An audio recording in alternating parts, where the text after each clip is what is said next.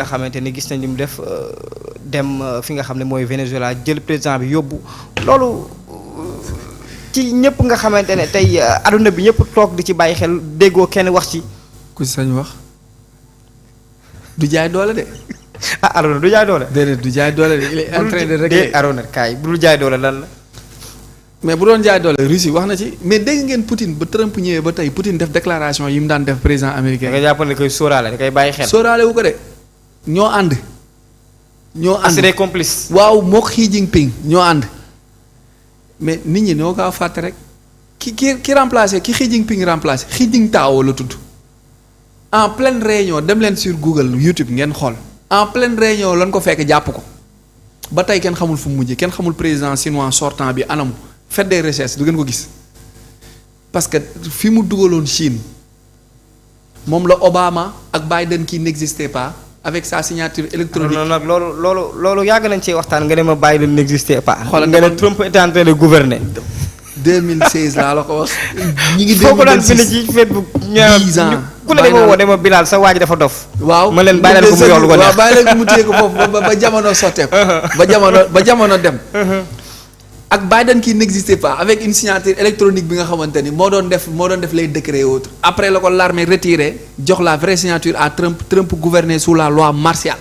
de 2020 à 2024 Biden aussi a été élu démocratiquement moom aussi. Arona yow it. fraude. mooy bi ñuy song Capitole bi. di def émeute. peut-être loolu musul am ci élection américaine da nga d'accord woon ci Biden. musul am boo demee xool les photos des 47 présidents américains biir Maison Blanche t'appelles vérifie fais tes recherches li naan fais tes travaux à la maison travail à la maison dama la xool exercice à faire à la maison. d'accord doo gis photo Biden. Obama vide photo Trump rangale leen président yépp ba mu des moom. loolu c'est une longue histoire loolu crime contre l'humanité la ko américain jàppee. dañ leen dippee loolu nga daan bind. ah loolu nga daan bind yow. ci laa nekk ba tey weddiwu ma ko de ci laa nekk ba tey di xaar vaar yi. da nga jàpp ne histoire jox na lu dëgg.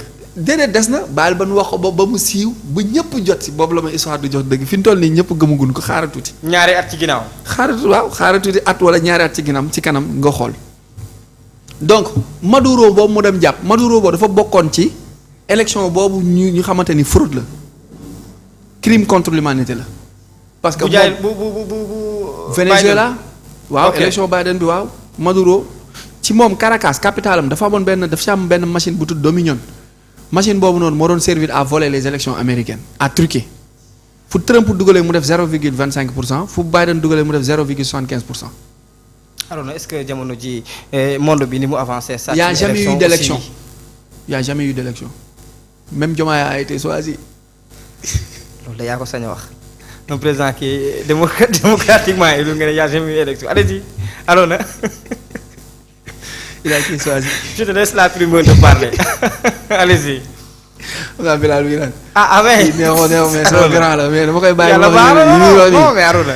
yi wax ay waxu caaxaan la rek. ah non mais ay waxu xandak sa xandak ay kayang donc Groenland. pour fermer la page. Groenland.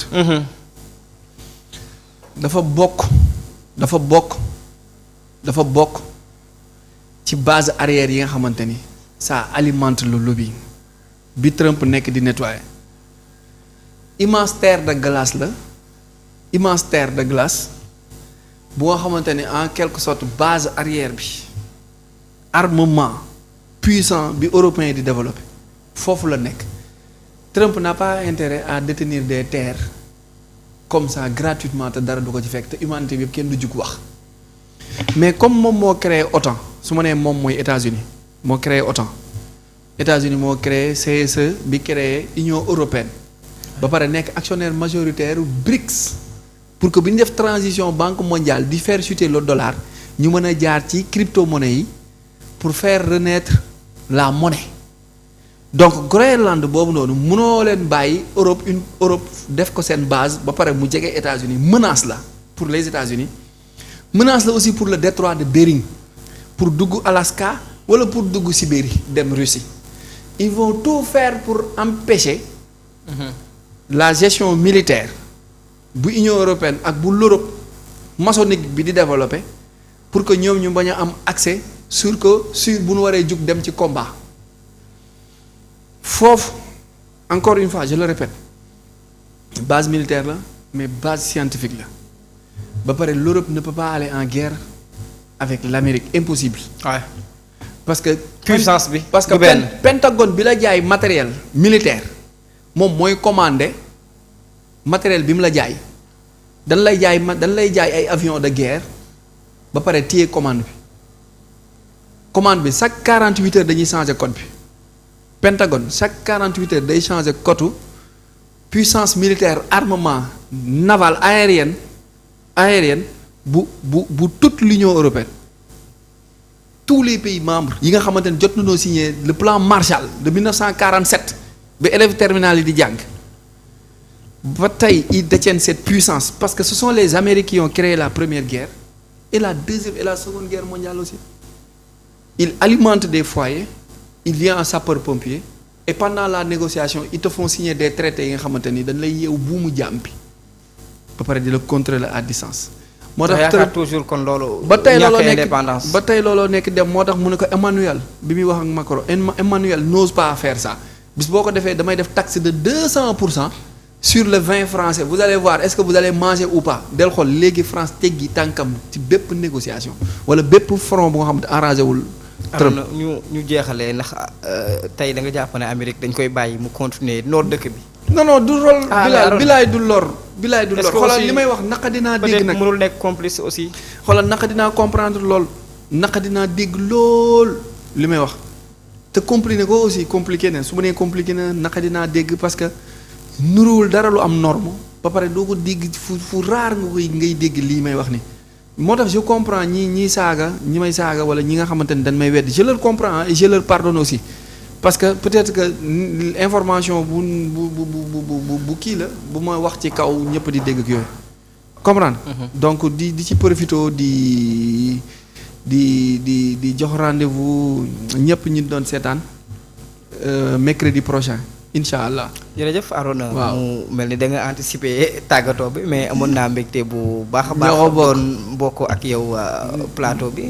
ça a été vraiment un plaisir. merci beaucoup bàyyi la nga tàggatoo. waaw di jox dig daje ñi ñuy seetaan ñëpp mercredi prochain incha allah mais di nuyu aussi ñi doon seetaan ñëpp di leen wax bon.